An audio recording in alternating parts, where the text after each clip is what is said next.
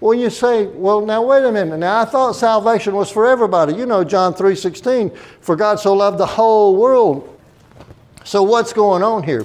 Why were some of them saved and some were not saved? I thought God was fair. But I want to tell you that we're going to look at some verses. God is absolutely fair. Here's what happened. We all run the same race. And I can hear people saying, no, we don't, Dave. Don't even go there. We don't all run the same race. But I want to tell you, yes, we do. Watch these verses. We all run the exact same race. Psalm chapter 100, verse 3. Know ye not that the Lord, He is God? It is He that hath made us, and not we ourselves. We are His people, and the sheep of His pasture. He made every single one of us.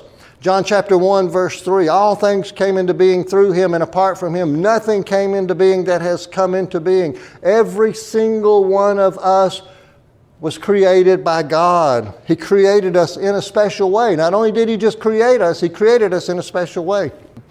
Genesis 1:26.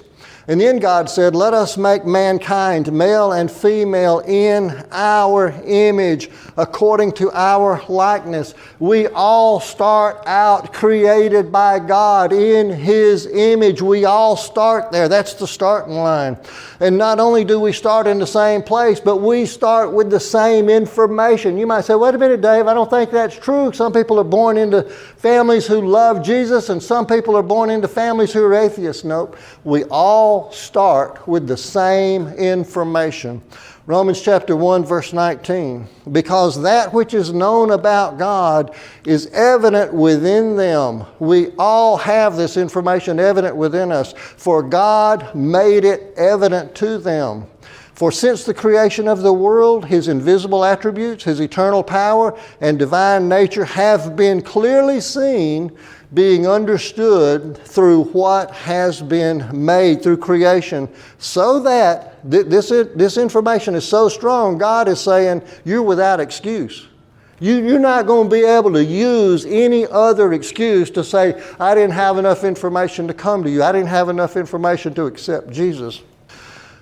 And so this evolutionary theory that a universe without God is Satan's biggest lie.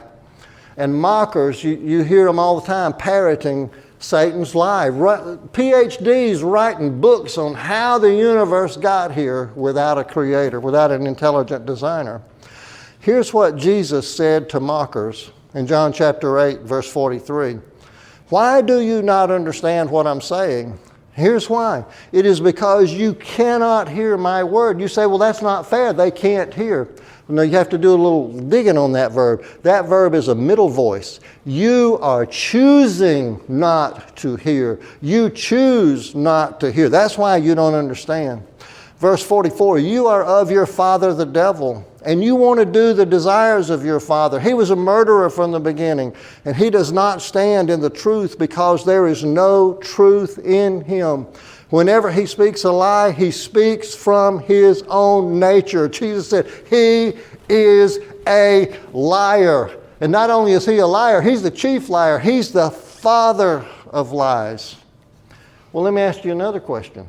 If that's a middle voice and people choose not to hear, why do some people choose not to hear? Here's what happens. In John chapter 6, verse 44, now this is Jesus speaking. He said, no one can come to me unless the Father who sent me draws him, tugs him, pulls him toward Jesus. And Jesus said, and I will raise him up on the last day. Think about that. Let that settle in just for a minute.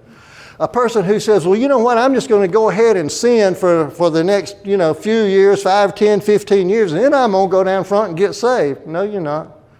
You can only get saved if the Father draws you. You say, well, wait a minute, how does that exactly work? I thought I could just get saved when I wanted to get saved. No, you can't.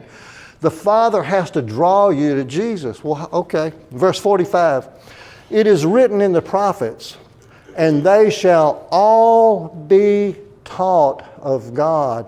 All of us, sit in God's classroom. We were all created by God. We were all created in His image. We all have the evidence of God inside of us. We all sit in His classroom. But here's the difference. Everyone who has listened and learned from the Father comes to me. We're all in this classroom. This life on planet Earth is God's classroom.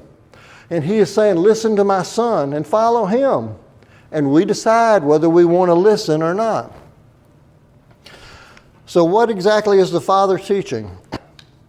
Imagine as a parent, and you're picking the friends, that your kids are still young enough now you can pick their friends. Who do you want to pick for your kids' friends? Who are you going to pick? You're going to pick somebody who at least respects your kids a little bit. You don't want somebody that hates your kids. You want somebody that at least respects your kids. Lead them in the right way. Do the right thing. That'll love them and care about them. And that's exactly what the Father says about His Son Jesus. Matthew 17:5.